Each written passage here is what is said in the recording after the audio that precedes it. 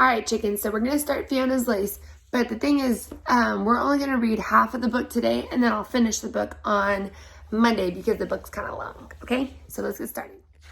Fiona's Lace by Patricia Polak.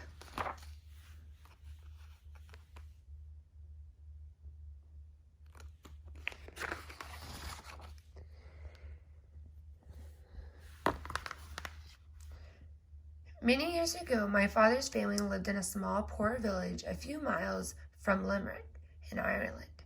Everyone in the village depended on the textile mill that was soon to close. Most of the villagers were unsure of their futures, but Glencarry was their home and all that any of them had ever known.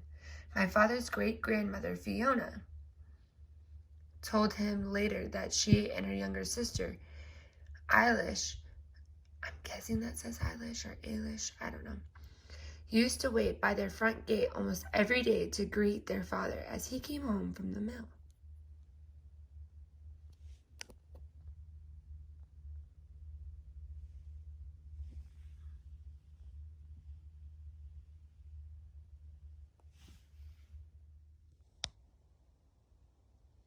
Their mother, Annie, was known far and wide for her hearty soups and lovely bread.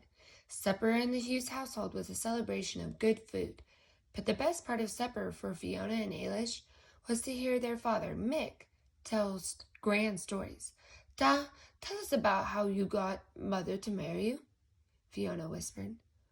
"Oh, yes, Da, tell us," Ailish chirped. Her father's eyes blazed as he began. "Now, ye can believe this, or ye can believe it not," he started. The girls and their mother leaned in. "Back when your mother and I worked at the textile mill in Limerick, I used to walk by the lace parlor on my way to lunch." He paused. Fiona smiled broadly at Ailish. They knew this story by heart. "That is when I saw the most beautiful little lass I had ever laid my eyes on." "Such talk, Mick. You've been kissing the blarney." Their mother blushed. "What do y'all think that means? You've been kissing the blarney?"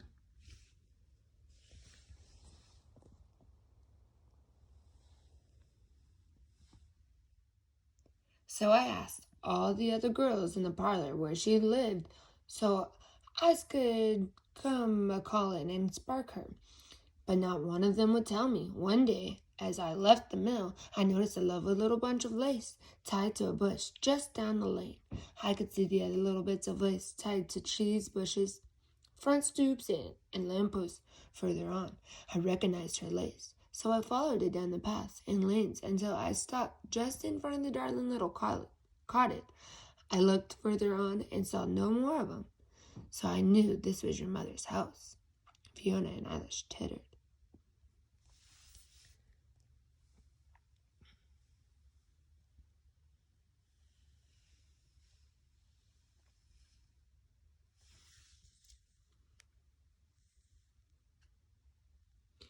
"'Twasn't more than a fortnight," fortnight, I know you guys love that part. "'Twasn't more than a fortnight that I started courting your mum.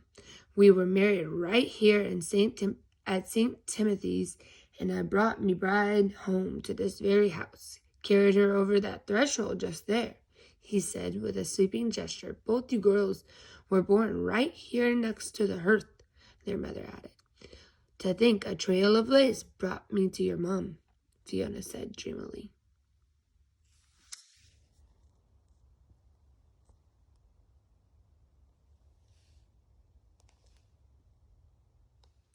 Then, just as she did every evening, Fiona ran to get her day's handiwork to show her father.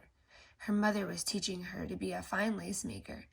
"Mom showed me her secret run and stitch today," Fiona said proudly as she held a small pillow covered with lace in front of her father's face. "Aye, Fiona, your mother was one of the finest makers of lace in all of Limerick," Father said wistfully as he smiled at her mother. "Sure, the arthritis stopped all that, Mick," Annie said quietly. She tried to smile, but it was heartbreaking to them all that Annie's fingers were swollen from the pain. "Fiona will be grander than I ever hoped to be, and as soon as she is old enough, we will take her to the parlor in Limerick, and she will be their best." Annie crowed proudly as she inspected her daughter's lace.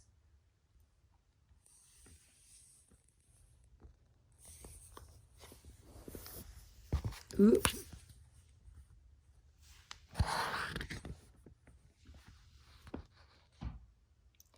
Times were already hard in all of Ireland, but harder still in Glen Henry. The mill closed as rumored. It broke many a man and forced families to leave all they knew and seek work elsewhere. "Where will we go, Mick?" Annie said one day. Her heart was deeply troubled. One day their neighbor, Mrs. O'Flaherty, spoke to Annie over their back fence. "My Jocko and I have signed a contract. That's all we had to do to get passage to America," she said as she hung up her wash. "A contract to do what?" Annie asked. "To serve a wealthy family in America. We're going to be in domestic service for them." "You mean you'll be their maid?" Annie asked.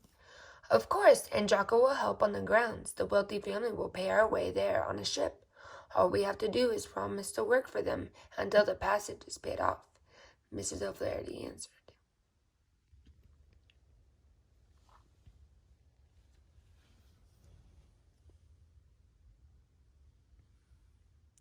When Annie told Mick that evening, they stayed up in the wee hours of the night talking about it.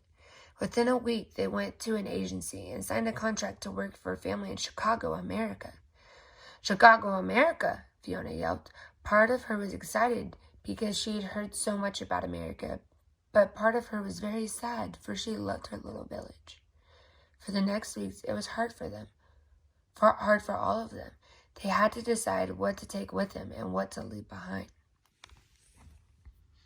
The last night they were home, Fiona and Ailish put a bowl of milk for their leprechauns and the wee people, the fairies, as they had done all their lives. "Fiona, in America, servants will have servants of their own. The streets are paved with gold, and we shall live in a fancy house. If only we could take the wee people to America with us." "Do you think we could?" Ailish asked her sister. "No, Ailish. I think the only place that the wee ones can be happy is here, where the woodbine twineth, near the forest." "Here in Glen Henry," Fiona whispered.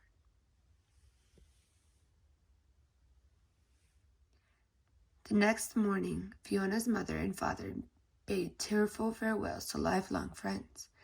After old Mr. Fitzgerald helped them load the last bundle on the wagon, the family climbed aboard.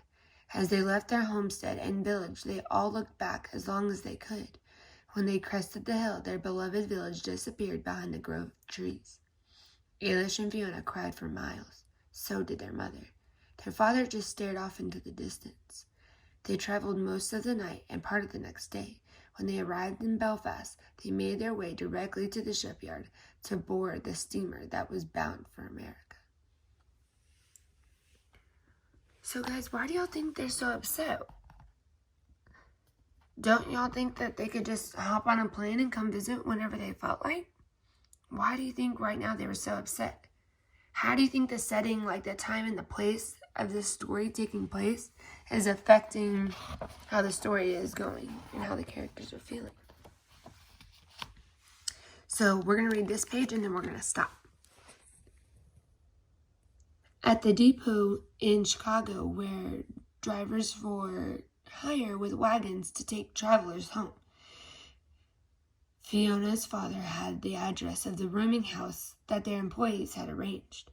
As they drove through the city, Fiona couldn't believe her eyes.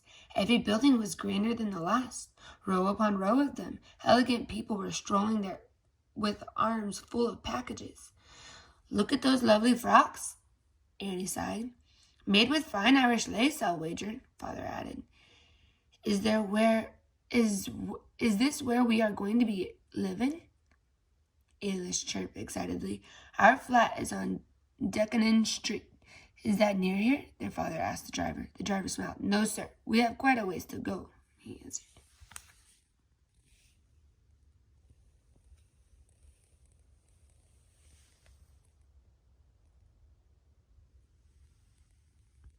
All right, chickens, so that's all for today. Tomorrow we're going to finish part 2 of Fiona's Lace, and we're also going to read chapters 9 and 10 of Wedgie and Gizmo. See you tomorrow, guys. See you later.